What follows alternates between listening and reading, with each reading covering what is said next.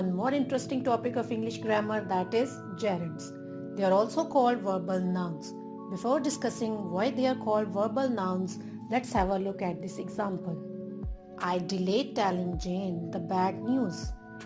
At first, one may easily label telling as a verb, but wait and look at the sentence once again. The word telling is not describing any kind of action, rather it's functioning as a noun. It's a gerund. That's why gerunds are called verbal nouns, because they are made from verbs, they look like verbs, or they give the impression of being a verb, but they are actually nouns. So in the upcoming slides, we will discuss what are gerunds, how they are different from verbs, which functions they perform in a sentence, and how and where we can use them. What is a gerund?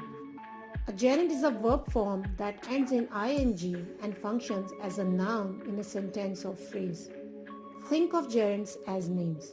You know that nouns are names for persons, places, and things. Gerunds are simply names for activities, behaviors, and states of mind. Let's take the verb write as an example. If you want to use this verb as the subject of a sentence, you'll need to use a gerund form, writing, which is the name of the activity. For example, writing is an exchange of ideas.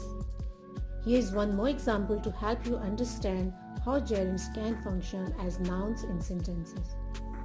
Zen likes photographing nature. In these two examples, writing and photographing have been used as nouns. You need to understand the basic point that a gerund is an action being used as a thing or an idea. You will not confuse gerunds with verbs or present participles. The only thing to remember is that any verb ending in ing and functioning as a noun is a gerund. A gerund can take on a variety of parts in a sentence. It can act as the subject of a sentence. It can be the object of a verb. You can use it as the complement of the verb to be, or it can function as the object of a preposition. Now we will discuss the functions of gerunds with examples. We often use gerunds to talk about activities or behavior. For instance, flying makes me nervous. Hunting tigers is dangerous. Ask yourself, is anybody hunting here? You know, the action of hunting is not happening. We are just talking about it, using it as the subject of the sentence. You can think of your own examples, and if you like, you can share them in the comment box. Do remember, when the gerund functions as a subject, it usually comes at the beginning of a sentence. This step will help you construct correct sentences. Gerunds, like other nouns, can also function as the direct and the indirect object of a verb. For example, Sarah loves skating. I enjoy running every morning. In these two sentences, skating and running, they are the direct object. But in John likes studying fiction books, studying is the indirect object of the verb likes. We can also use gerunds as predicate nouns. How? Examine these sentences. Ryan's favorite hobby is reading. John's first job was driving a taxi. In these two sentences, reading and driving, they are the complement of the verb to be. A complement is a word or phrase that follows a linking verb, such as the various forms of be. For example, is, am, was, were, etc., and describe the subject of the sentence. A complement is needed to complete the meaning of an expression. Like reading acts as a complement by identifying Ryan's favorite hobby. Gerunds can also perform the function of being the object of a preposition.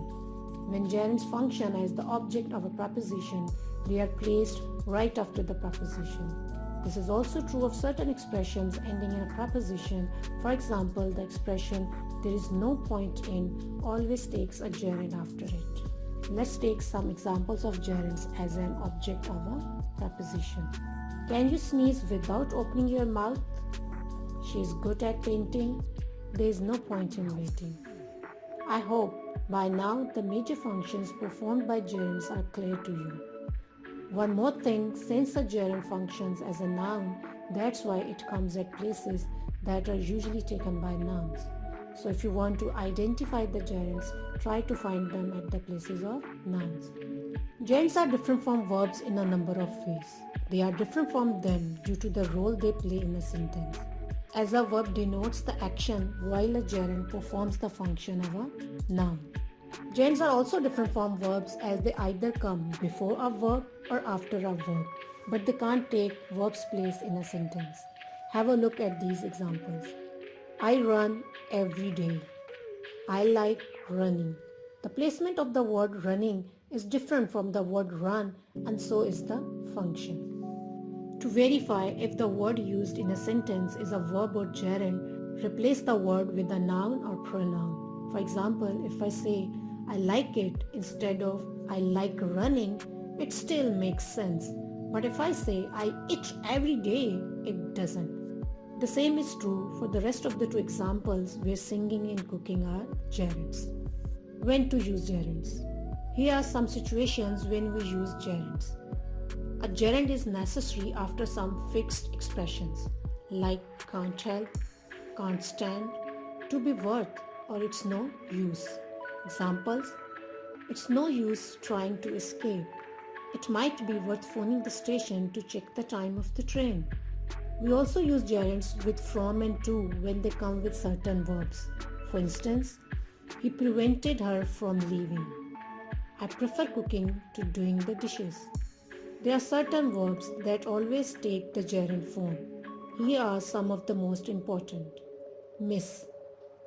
He had missed being elected by a single vote. Practice. Today we are going to practice singing. Denied. She denied breaking the glass. Quit. She quits worrying about the problem. Postpone. He postponed returning to Paris. Some other verbs of the same category are recall, deny, dislike, consider, etc. One may ask this question, why gerunds, not nouns? If a gerund functions in any way a noun can do, why we should use gerunds instead of nouns? The answer is the use of gerunds gives variation to different sentences in a text. This variation beautifies a piece of writing. Moreover, the replacement of a normal noun with the gerund can help with the creation of a shorter, smoother sentence. Compare and contrast these two sentences conveying the same message. We will discuss the reprimand of John for being in violation of the regulations. The second one is, we will discuss reprimanding John for violating the regulations. So the best thing in choosing the gerund is that it makes the sentence easier to read and shorter. It also saves time. When considering gerunds, remember a gerund does not accept a determiner. A determiner is a word placed in front of a noun to specify quantity. For example, one bag, many bags. Or to clarify what the noun refers to. For example, the bag, my bag, that bag. So if you write a running is not allowed, your sentence is incorrect. The correct sentence is running is not allowed. A gerund does not change for number. Unlike a noun, a gerund does not take inflections. So if you write running is not allowed, your sentence will be incorrect. The correct sentence would be running is not allowed. A gerund clause is singular in agreement with the verb. Breaking the light barriers are simply not possible. This is an incorrect sentence. The correct sentence will be breaking the light barriers is simply not possible. Here comes a short quiz for you. You have to identify the function of gerund in each sentence. The gerunds have already been highlighted for your ease. Read the sentences and think of your answers. Here are all the answers. The English language is a work in progress. Have fun with it. Life is all about learning, growing, and being happy. Oh, great! This is how we use gerunds in our daily communication even without knowing. I hope you will be able to identify and use gerunds correctly next time. Don't forget to subscribe if you are new and do like the video and share it further.